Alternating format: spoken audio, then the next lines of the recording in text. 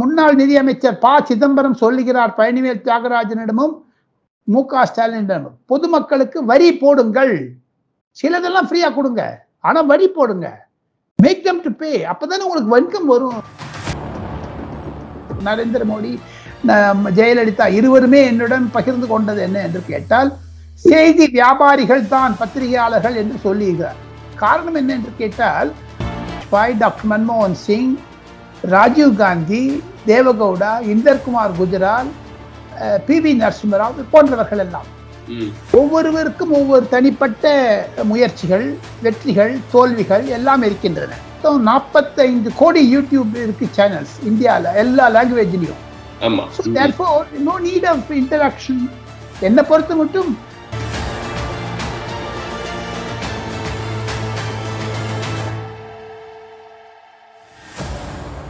தமிழகத்தில் ஒரு பலத்த குரல் கொடுப்பவர் அண்ணாமலை ஒருவர் தான் என்ற ஒரு நிலைமைக்கு வந்தாகிவிட்டது. அப்படி இருக்கும்போது பிரதமருடைய விஜயம் மிகவும் சக்சஸ்ஃபுல்லாக இருந்தது. அதை கெடுத்தது மு.க. ஸ்டாலின். இல்லாததுக்கு காரணம் பொதுமக்களிடம் நரேந்திர மோடிக்கு இருக்கக்கூடிய தொடர்பு, நரேந்திர மோடிக்கு இருக்கக்கூடிய ட்ரஸ்ட், நம்பிக்கை, அதுதான் அப்போசிஷன் இல்லாத பண்ணிச்சு. அவர் மாதத்திற்கு ஒரு முறை மன் கி பாத் பேசுறாரு, மனதின் குரல். வீடியோஸை லைக் பண்ணுங்க, ஷேர் பண்ணுங்க, சப்ஸ்கிரைப் பண்ணுங்க, and மறந்துடாம பெல் பட்டனை பிரஸ் பண்ணுங்க. ஒன் வேஸ் நேயர்களுக்கு என்னுடைய வணக்கங்கள். கணேஷ் தங்களுக்கும் என்னுடைய நமஸ்காரங்களை சொல்லி, நான் இன்று நிறைய பேச இருக்கிறேன். இந்த பேட்டி என்பது தமிழக அரசியலிலும் சரி, தங்களுடைய நேயர்களுக்கும் சரி, ஒரு புது உணர்வையும் புத்துணர்ச்சியும் கொடுக்க இருக்கிறது. நிச்சயமா சார், நிச்சயமா. Thank you. I am also very much looking forward to the interview. First question ரொம்ப சிம்பிளான क्वेश्चन. 8 இயர்ஸ் ஆஃப் ரூல் எப்படி பாக்குறீங்க? 100 மார்க்குக்கு 100 mark. 100 out of 100. Okay. 100 out of 100. அவருடைய காரணம் என்னன்னா, இன்றைக்கு காலை நாம் இதை ஒளிபரப்புவது சாயங்காலம் 6 மணியாக இருந்தாலும், இன்று காலை சிம்லாவில் பிரதமர் அமைச்சர் பேசியதுதான் மிக முக்கியம். சரி. அந்த பேச்சிலிருந்து நான் ஒன்று கண்டேன். என்னுடைய பத்திரிகை நிருபர் தொழிலில் டெல்லியில் 5 அல்லது 6 பிரதமர்களுடன் நான் நெருக்கமாக பழகி இருக்கிறேன். சரி. அடல் பிகாரி வாஜ்பாய், டாக்டர் மன்மோகன் சிங், ராஜீவ் காந்தி, தேவகவுடா, இந்தர்குமார் குஜரால், பி.வி. நரசிம்மராவ் போன்றவர்கள் எல்லாம் ஒவ்வொருவருக்கும் ஒவ்வொரு தனிப்பட்ட முயற்சிகள், வெற்றிகள், தோல்விகள் எல்லாம் இருக்கின்றன. எது இருப்பினும் 8 வருடங்களில் எதிர்கட்சியால் ஒரு ஊழல் குற்றச்சாட்டு கூட சொல்ல முடியாத இருந்தது ஒன்று. காரணம் என்ன என்று கேட்டால், நரேந்திர மோடி உத்தரப்பிரதேசத்தில் மட்டும் கணேஷ் மீண்டும் மீண்டும் மீண்டும் மீண்டும் அவர் தேர்ந்தெடுக்கப்பட்டிருக்கிறார். 2014, 2017, 2019, 2022. இது என்னை காண்பிக்கிறது? எதை காண்பிக்கிறது? அவருடைய பப்ளிக் கனெக்ட், பொதுமக்களுடன் சேர்ந்து இருப்பதுதான் காண்பிக்கிறது. அதற்கு உள் நோக்கம் என்ன என்று கேட்டால், உள் அர்த்தம் என்ன என்று கேட்டால், நரேந்திர மோடி அவர்கள் ஒரு ஏழையினுடைய சாப்பாட்டு தட்டில் எது இருக்கிறதோ அதுக்கு வரியை மிகவும் குறைத்து போடுகிறார். அதுவும் தவிர ஏழைக்கு தேவையானது வீடு கட்டி கொடுத்தார். ஏழைக்கு தேவையானது கேஸ் கனெக்ஷன் கொடுத்தார். ஏழைக்கு தேவையானது மின்சாரம் 24 மணி நேரமும் உத்தரப்பிரதேசத்தில் கிடைக்கிறது. தாங்களும் பத்திரிகையை படித்துக் கொண்டிருப்பீர்கள். மின்வெட்டு என்பது பேஜ் 1 ஸ்டோரியாக இருந்தது முதல்ல எல்லாம். இப்பொழுது மின்வெட்டு என்பது கிடையாது. அதையும் தவிர கணேஷ், உங்களுக்கு நான் ஒரு முக்கியமான சொல்லணும்னு நினைக்கிறேன். உத்தரப்பிரதேச மக்கள், எனக்கு குறைந்தது 5 அல்லது 6 மாவட்டங்களில் எனக்கு நெருங்கிய நண்பர்கள் இருக்கிறார்கள்.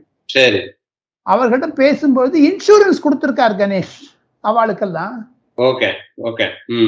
3 கோடி பேருக்கு உத்தரப்பிரதேசத்தில் இன்சூரன்ஸ். நீங்க 1 ரூபா கூட கட்ட வேண்டாம். உங்களுக்கு தேவையானது உங்களுடைய ஆதார் கார்டு, உங்களுடைய பெயர், உங்களுடைய வீட்டு அட்ரஸ், உங்க வீட்டுக்கு இருக்கக்கூடிய தஸ்தாவேஜ் எதாவது இருந்தா கொடுத்துட்டா போதும். சரி. என்ன மெடிக்கல் இஷ்யூஸ் இருந்தாலும் வந்து பாத்துக்கலாம் அப்படின்ற மாதிரி. 5 ரூபாய் நீங்க கட்டினா போதும். 5 rupees. இதெல்லாம் தான் அவருடைய வெற்றிக்கு காரணம். அதனால தான் நான் 100க்கு 100 மார்க் கொடுத்தேன். பட் நிறைய வந்து டிஸ்அட்வான்டேஜஸும் இருக்கு இல்லையா சார்? ஜிஎஸ்டி கவுன்சில்ல வந்து நிறைய மிஸ்டேக் பண்ணது, அதை டிமானிட்டைசேஷன். இப்ப நீங்க வந்து எக்கனாமி எடுத்துக்கிட்டீங்கன்னா, எக்கனாமி இஸ் கோயிங் டவுன் அப்படின்ற மாதிரி, இன்ஃபிளேஷன் ரொம்ப ஜாஸ்தியா இருக்கு. ஸோ அதெல்லாம் எப்படி பாக்குறீங்க? நெகட்டிவ்ஸ் எல்லாம் வந்து எப்படி பாக்குறீங்க? நீங்க நீங்க சொன்ன மாதிரி பாசிட்டிவ்ஸும் இருக்கு, நெகட்டிவ்ஸும் இருக்கு. பட் நெகட்டிவ்ஸ் வந்து இருக்கு அப்படின்றது தானே உண்மையும் கூட. என்னை பொறுத்த மட்டும் நெகட்டிவ்ஸ் அதிகமாக இருக்கிறதுக்கு வாய்ப்பு இருக்கிறது, இருக்கிறது. யாரும் இல்லை என்று சொல்லவில்லை. அது எக்ஸாஜரேட் செய்கிறது அப்போசிஷன். சரி, ஓகே. அப்போசிஷனுடைய ஏன்னா அப்போசிஷனே இல்லாததும் வந்து மிஸ்டர் மோடிக்கு வந்து ஒரு பாசிட்டிவா போயிடுச்சு இல்லையா சார்? ஏன்னா அப்போசிஷன் இல்லாததுக்கு காரணம் பொதுமக்களிடம் நரேந்திர மோடிக்கு இருக்கக்கூடிய தொடர்பு, நரேந்திர மோடிக்கு இருக்கக்கூடிய ட்ரஸ்ட், நம்பிக்கை. அதுதான் அப்போசிஷன் இல்லாத பண்ணிட்டு. அவர் மாதத்திற்கு ஒரு முறை மன் கி பாத் பேசுறாரு, மனதின் குரல். பட் இருந்தாலும் இது வரைக்கும் ஒரு பத்திரிகையாளரை கூட வந்து அவர் டைரக்டா ஒன் ஆன் ஒன் கான்வர்சேஷன் பண்ணவே இல்லையே. அவங்கள வந்து மீட்டே பண்ண மாட்டேங்கிறாருன்றது கூட மோடியோட மிகப்பெரிய ஒரு நெகட்டிவ்ஸ்ல ஒண்ணு நம்ம வந்து பார்க்கணும் அப்படின்ற மாதிரி தானே இருக்கு இல்லையா? நான் ஒரு பத்திரிகையாளன். 1977 இருந்து டெல்லியில் பத்திரிகையாளனாக இருக்கிறேன். சரி, நான் அடிக்கடி பாக்குறேனே, எனக்கு ஒண்ணும் கஷ்டமே இல்லையே. சரி, ஓகே. அது ஒண்ணு. இரண்டாவது, பட் கான்ஃபரன்ஸ் மாதிரி கொடுக்கிறது இல்லையே sir. He is not answering questions, direct answering அந்த மாதிரி क्वेश्चंसக்கு வந்து ஆன்சர் பண்றதே இல்லையே. அதற்கான காரணத்தை நான் சொல்லுகிறேன். சரி. You are in the digital world. You are in the Twitter world. You are in the Facebook world. You are in the, Coup, what not, Telegram, WeChat, WhatsApp. அப்படி இருப்பதை தவிர நரேந்திர மோடிக்கு பொதுமக்களுடன் தொடர்பு தான் தேவைப்படுகிறார். வம்பு செய்திகளை அவர் கேட்பது கிடையாது, வேண்டாம் என்கிறார். வம்பு செய்தி பத்திரிகைக்காரனை பார்த்தால் ஒரு ஒரு விதத்தில் பத்திரிகையாளர்களை சந்திப்பதை 135 கோடி ஆசிரியர்கள், 135 கோடி வீடியோ எடிட்டர்ஸ் இருக்காங்க. Can you imagine 5 years ago, can we talk like this, you and me? Not at all. அது மாதிரி தானே அவருக்கும் பிரதமர் அமைச்சர் நான் நேர பப்ளிக்கோட இருக்கேன், பத்திரிகையாளர் எதுக்குன்னு கேட்கிறாரு. Because you are in social media. இந்தியாவில் முதல்ல எல்லாம் நான் பதவி, அதாவது நான் ஜாப்ல real intense of question and answer அப்படின்ற போது பத்திரிகையாளரை வந்து பார்த்தா தானே வந்து தெரிய வரும். You are absolutely correct. You are absolutely correct. But Narendra Modi version, Jayalalitha version of newsmen, they are news traders னு தான் சொல்றாங்க. எங்கிட்ட மேடம் கூட சொல்லியிருக்காங்க, நரேந்திர மோடி, ஜெயலலிதா இருவருமே என்னுடன் பகிர்ந்து கொண்டது என்ன என்று கேட்டால், செய்தி வியாபாரிகள் தான் பத்திரிகையாளர்கள் என்று சொல்லுகிறார். காரணம் என்ன என்று கேட்டால், நாம் பத்திரிகை தொழில் நடத்துவதை விட மற்ற வேலைகள் அதிகமாக இருக்கிறது. காரணம் என்ன என்று கேட்டால், நாம் அவர்களை சொல்லி குற்றம் இல்லை. இன்று டெலிவிஷன் 1500 டெலிவிஷன் சேனல்ஸ் வந்தாச்சு இந்தியால. இன்று வந்து யூடியூப் வந்து இந்தியால மொத்தம் 45 கோடி யூடியூப் இருக்கு சேனல்ஸ் இந்தியால, எல்லா லாங்குவேஜ்லயும். So therefore no need of interaction. என்னை பொறுத்த மட்டும் பிரதமர் செய்வது சரி என்பதுதான் நான் சொல்ல முடியும். காரணம் என்ன என்று கேட்டால், இப்ப என்ன எம் கே ஸ்டாலின் நிருபர்களை பாக்குறாரா?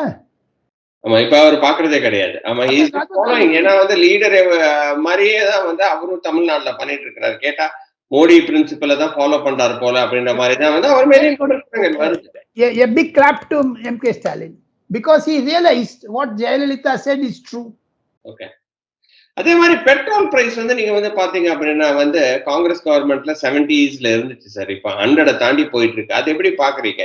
இது வந்து எப்படி வந்து சரியான ஒரு போக்கு தானா? அதுவும் வந்து ஒரு டெவலப்பிங் கண்ட்ரில இன்ஃபிளேஷன் இப்படி இருக்கும்போது பெட்ரோல் பிரைஸஸும் இப்படி இருந்துச்சுன்னா வந்து அது வந்து மோடியோட கவர்மெண்ட்டுக்கு ஒரு நெகட்டிவா நம்ம பார்க்க முடியாது. நெகட்டிவா தான் இருக்கிறது, நெகட்டிவாகத்தான் இருக்கிறது. சரி. ஆனால் என்னை பொறுத்த மட்டும் அதை குறைக்க வேண்டும். நரேந்திர மோடி 2 முறை குறைத்தார். மாநில அரசுகளும் குறைக்க வேண்டும், திமுக அரசும் குறைக்க வேண்டும். அதற்காகத்தான் இன்று அண்ணாமலை மாபெரும் போராட்டம் நடத்தினார். அந்த மாபெரும் போராட்டத்தில் வெற்றி கண்டார் அண்ணாமலை. தமிழகத்தில் இன்று ராஜரத்னம் ஸ்டேடியத்தில் நாம் பேசிக் கொண்டிருக்கும் பொழுது மாபெரும் போராட்டம் நடைபெற்றுக் கொண்டிருக்கிறது. ஆக மொத்தம் அது state government plus central government தானே கவர்மெண்ட் ஆஃப் இந்தியாங்க. பெட்ரோல் விலை குறைக்க வேண்டும், யாரும் இல்லை என்று சொல்லவில்லை. ஆனால் ஜிஎஸ்டிக்குள்ள கொண்டு வர கூடாது. ஜிஎஸ்டிக்குள்ள கொண்டு வந்துட்டாலே தானா குறைஞ்சிடுமே. ஜிஎஸ்டிக்குள்ள கொண்டு வர மாட்டேன்றாங்களே. ஏத்தும் போது இன்னைக்கு பிடிஆர் சொல்றது வந்து ஒரு நியாயம் தானே. ஏத்தும் போது எங்களை வந்து கேட்டீங்களா? குறைக்கும் போது வந்து எங்களை குறைக்க சொல்றீங்களே, ஏன்னா வந்து எங்களோட வருவாயும் நாங்க பார்க்கணும் இல்லையா? ஸ்டேட் கவர்மெண்டோட வருவாய் வந்து அது வந்து டிராஸ்டிக்கலா அடிபடுது இல்லையா? சோ அதனால வந்து ஏன் அதை கன்சிடர் பண்ண மாட்டேன்றீங்க? இது வந்து எந்த வகையில நியாயம் அப்படின்னு கேட்கிறாரு. அவர் கேட்கறதுலயும் ஒரு நியாயம் இருக்கு இல்லையா சார்? மாண்புமிகு தமிழக நிதியமைச்சர் கேட்பதில் நியாயம் இருக்கிறது. அதே மாண்புமிகு நிதியமைச்சர் மாண்புமிகுக்கு முன்னாடி திராவிட முன்னேற்ற கழக தேர்தல் அறிக்கையில் தேர்தல் அறிக்கையை தயாரித்த TR பாலு சொல்லுகிறார் ஜிஎஸ்டி உள்ள கொண்டு வரணும்னு. அதுக்கு என்ன பழனிவேல் தியாகராஜன் பதில் சொல்லுகிறார்? அது கரெக்ட் தான் சார். பட் இருந்தாலும் அது டேட் ஒன்றும் நம்ம ஒன்றும் சொல்லலையே. ஏன்னா வந்து 4 ரூபாய் குறைப்போம், 5 ரூபாய் குறைப்போன்றது வந்து குறைப்போன்றது வந்து சொல்லியிருக்காங்களே தவிர maybe it is an years time இல்லையா? இப்பதானே 1 இயர் ஆயிருக்கு. ஸோ 1 இயர் ஆன உடனே கூட 2 செகண்ட் இயர்ல கூட பண்ணலாம். ஸோ அதை வந்து நம்ம எப்படி பார்க்க வேண்டியதா இருக்கு? I don't agree with Panivel Rajan because they failed in reducing the amount. ஒன்னு ரெண்டாவது உதாரணத்துக்கு சொல்லுகிறேன் கணேஷ், கடலூரிலிருந்து பாண்டிச்சேரி 10 கிலோமீட்டர். பாண்டிச்சேரியில 96 ரூபாய்க்கு இருக்குது பெட்ரோல், கடலூர்ல 105 ரூபாய். அதுக்கு என்ன பழனிவேல் தியாகராஜன் பதில் சொல்ல இருக்கிறார்? ஸ்டேட் கவர்மெண்ட் நினைச்சா பண்ணலாம் அப்படின்ற மாதிரி தான் நீங்க வந்து ஃபீல் பண்றீங்க இல்லையா? பண்ணலாம். என்னங்க இது, இவங்க வந்து எல்லாமே ஃப்ரீ ஃப்ரீ ஃப்ரீ ஃப்ரீ ஃப்ரீன்னு கொடுக்கறாங்க, அதுல தான் மாட்டிக்கிறாங்க. சரி, ஓகே. அதைத்தானே முன்னாள் நிதியமைச்சர் ப. சிதம்பரம் சொல்லுகிறார் பழனிவேல் தியாகராஜனிடமும் மு.க. ஸ்டாலினிடமும். பொதுமக்களுக்கு வரி போடுங்கள், சிலதெல்லாம் ஃப்ரீயா கொடுங்க, ஆனா வரி போடுங்க, மேக் them to pay. அப்பதானே உங்களுக்கு இன்கம் வரும் கணேஷ். ஆமா, நிச்சயமா. அதே மாதிரி prime minister visit to Tamil Nadu எப்படி பாக்குறீங்க? Is it a grand success? என்னை பொறுத்த மட்டும் பாஜக தமிழகத்தில் வேரூன்றி விட்டது. அதை ஒன்றும் செய்ய முடியாது. 4 MLA-கள், பற்பல கவுன்சிலர்கள் இருக்கிறார்கள், தனித்தமையில் போட்டியிட்டார்கள் பஞ்சாயத்து தேர்தலில், சிவிக் எலெக்ஷன்ஸ்ல. They got pan Tamil Nadu 7% of votes. But இருந்தாலும் பாஜக முக்கியமான எதிர்கட்சியில் ஒன்றாகிவிட்டது. பாஜக வந்த அப்புறம் பாமக, விசிக, நாம் தமிழர் கட்சி எல்லாம் பின்தங்கி விட்டது. காரணம் என்ன என்று கேட்டால், தமிழகத்தில் ஒரு பலத்த குரல் கொடுப்பவர் அண்ணாமலை ஒருவர் தான் என்ற ஒரு நிலைமைக்கு வந்தாகிவிட்டது. அப்படி இருக்கும்போது பிரதமருடைய விஜயம் மிகவும் சக்சஸ்ஃபுல்லாக இருந்தது. அதை கெடுத்தது மு.க. ஸ்டாலின் என்று பாஜகவினர் சொல்லுகின்றனர். காரணம் என்ன என்று கேட்டால், அதை திராவிட முன்னேற்ற கழகம் ஒரு தேர்தல் பிரச்சார கூட்டமாக செய்துவிட்டு அரைத்தமாவே அரைத்தார் மு.க. ஸ்டாலின். காரணம் என்று கேட்டால், ஜிஎஸ்டி, கச்சத்தீவு, அப்புறமா வந்து உங்களுக்கு நீட்டு, இதெல்லாம் ஏற்கனவே மெமோரண்டம் கொடுத்திருக்காரு. அதே திருப்பி வந்து இந்த பப்ளிக் மேடையில சொன்னார். ஆனா நரேந்திர மோடி அதை இக்னோர் பண்ணிட்டாரு. சொல்றதுனால தவறு ஒண்ணும் இல்லையா?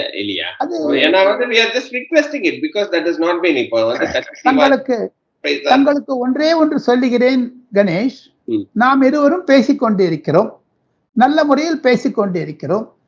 நம் இருவரில் கருத்து வேறுபாடு என்று வந்துவிட்டால் அதை ஒப்புக்கொள்ள வேண்டும் மு.க. ஸ்டாலின். மு.க. ஸ்டாலின் அந்த மேடையை வளர்ச்சி திட்டத்திற்கு உபயோகித்துக் கொண்டிருந்தால், நரேந்திர மோடி சார் நீங்க வந்து சென்னையிலிருந்து தூத்துக்குடி வழியாக திருவனந்தபுரத்திற்கு ஒரு ரயில் பாதை போட்டுக் கொடுங்கள், சென்னையிலிருந்து 3 விமானங்கள் கட்டி கொடுங்கள், சென்னையிலிருந்து ஒரு 20 ஆஸ்பத்திரிக்கு அனுமதி கொடுங்கள் என்று மு.க. ஸ்டாலின் பட்டியல் இருந்தால், அதை நரேந்திர மோடி செய்ய மாட்டேன் என்று சொல்லி இருந்தால் அரசியல் ஆக்கலாம். ஆனால் நீட் என்பது மு.க. ஸ்டாலின் தவறு செய்தார்.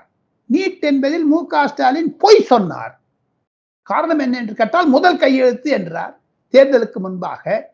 தேர்தலுக்கு அப்புறம் சால்ஜாப்பு சொன்னார், ஜஸ்டிஸ் ராஜன் கமிஷன், பிறகு கவர்னர் போட்டிட்டார், எல்லாம் சொல்லிட்டாங்க. இப்போ வந்து மு.க. ஸ்டாலின் கையெழுத்திலிருந்து, கவர்னர் கையெழுத்திலிருந்து நரேந்திர மோடி கையெழுத்துக்கு போய்விட்டதே. இந்த வருடம் 1,47,000 மாணவர்கள் அப்பீல் ஆயிருக்காங்களே நீட்டுக்கு. அதுக்கு என்ன பதில் சொல்றீங்க? Therefore MK. Stalin failed. DMK has failed in NEET. அப்படிதான் நீங்க பாக்குறீங்க இல்லையா? பொதுமக்கள் பார்க்கிறார்கள். பொதுமக்கள் பார்ப்பதை நான் பிரதிபலிக்கிறேன். ரைட். அதே மாதிரி வந்து ஸ்டாலின் வந்து அந்த ரிக்வெஸ்ட் வந்து அந்த மேடையில பண்ணது தவறு அப்படின்ற மாதிரி தான் நீங்க பாக்குறீங்களா? ஏன்னா வந்து தவறுன்னு சொல்லல கணேஷ். சரி, அவர் செய்தது அவருடைய பார்வையிலிருந்து சரி. இருப்பினும் அவருக்கு ஆலோசனை கூறுபவர்கள், உதாரணத்திற்கு நான் சொல்லுகிறேன், நாம் இருவரும் பேட்டிக்காக உட்கார்ந்து கொண்டிருக்கிறோம். தங்களிடம் 5 கேள்விகள் இருக்கும், என்னிடம் 10 பதில்கள் இருக்கும். அந்த meeting point is the Skype. Correct. அதே மாதிரி அவருடைய மீட்டிங் பாயிண்ட்ல நீங்க வந்து நரேந்திர மோடியை திட்டினா சிறுபான்மையர் வாக்கு உங்களுக்கு கிடைக்கும்னு நினைச்சிட்டு திட்டலாம் நீங்க. ஆனா உத்தரப்பிரதேசத்துல அகிலேஷ் யாதவ் அதே தான் செய்தார். முஸ்லீம் ஓட்டு அகிலேஷ்ட போயிட்டு பிஜேபி கிட்ட போயிடுச்சு. அதே மாதிரியான சூழ்நிலை 2024, 26 தமிழகத்தில் வந்தாலும் ஆச்சரியப்படுவதற்கில்லை. மு.க. ஸ்டாலின் நம்பிக்கொண்டிருப்பது அந்த முஸ்லிம் கிறிஸ்துவர்கள் வாக்குதான். அதற்காகத்தானே நரேந்திர மோடியிடம் புகைப்படம் எடுப்பதற்கு கூட பயந்தார். அதற்காக தானே நரேந்திர மோடி இழுத்து பிடித்து கையெழுத்து கொடுத்து இந்த சாவி கிட்ட கொடுங்க அந்த வீடு வாங்கச்சே, நீங்க யூ ஆர் சீஃப் மினிஸ்டர் சொன்னாரு இல்ல, ஏன் ஒதுக்கி போனார் மு.க. ஸ்டாலின்? சரி, ஓகே, ரைட். அதே மாதிரி வந்து ஸ்டாலின் அந்த ரிக்வெஸ்ட் எல்லாம் பண்ணது வந்து ஓகே தான் அப்படின்ற மாதிரி தான். 2 பேருமே வந்து அவங்க ஸ்டாண்ட்ல அவங்க கரெக்டா தான் இருந்தாங்க அப்படின்ற மாதிரி தான் வந்து நம்ம வந்து பார்க்க வேண்டியதா இருக்கு இப்போதைக்கு. மு.க. ஸ்டாலின் செய்தது சரி, யாரும் தவறு என்று சொல்லவில்லை. அதே தானே டி.ஆர். பாலு பார்லிமெண்டை முடக்கினார்களே, நீட்டை வைத்துக் கொண்டு, ஜிஎஸ்டி வைத்துக் கொண்டு. என்ன நடந்தது? ஜிஎஸ்டி குறைத்தார்களா அல்லது நீட் வந்துதா? பிறகு அதையே திருப்பி சொல்றீங்க. புதுசா டெவலப்மெண்டல் இஷ்யூஸ் சொல்லுங்க பிரைம் மினிஸ்டர் கிட்ட. சார் எங்களுக்கு வந்து பேசுனது தவறுன்ற மாதிரி வந்து பேசியிருக்கிறாரு.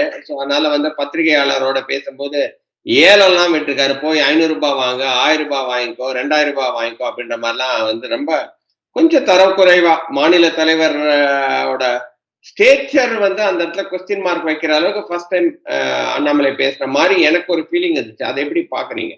எதிர்கட்சியாக இருப்பவர்கள் அப்படித்தான் பேசுவார்கள். மு.க. ஸ்டாலினும் எதிர்கட்சியாக இருந்த பொழுது நாங்கள் அரசியல் செய்யவில்லை, அவியலா செய்கிறோம் என்று கேட்டார். ஸோ இதெல்லாம் நடக்கிறது தாங்க கணேஷ். என்னுடைய வாழ்க்கையில் இது வெள்ளையாகினது காரணம் அதுதான். சரி, ஓகே. சோ அது அப்படியே கடந்து போயிரணும் அப்படின்ற மாதிரி it was just a heat of the moment அப்படின்ற மாதிரி. You can't take it seriously because everyone abuses the other. அதெல்லாம் கொஞ்சம் கண்ட்ரோல் பண்ண வேண்டியது நீங்க சொல்றது உண்மை இருக்கத்தான் இருக்கிறது. அதை மு.க. ஸ்டாலினும் கடைபிடிக்க வேண்டும், இவரும் கடைபிடிக்க வேண்டும். யாரும் இல்லைங்கிறியே. ஆல்ரைட், ரொம்ப ரொம்ப நன்றி. எங்களோட கொஸ்டின்ஸ் எல்லாம் ஆன்சர் பண்ணதுக்கு என்னோட வீடியோல சந்திக்கிறேன். அது வரைக்கும் நன்றி, வணக்கம் சார்.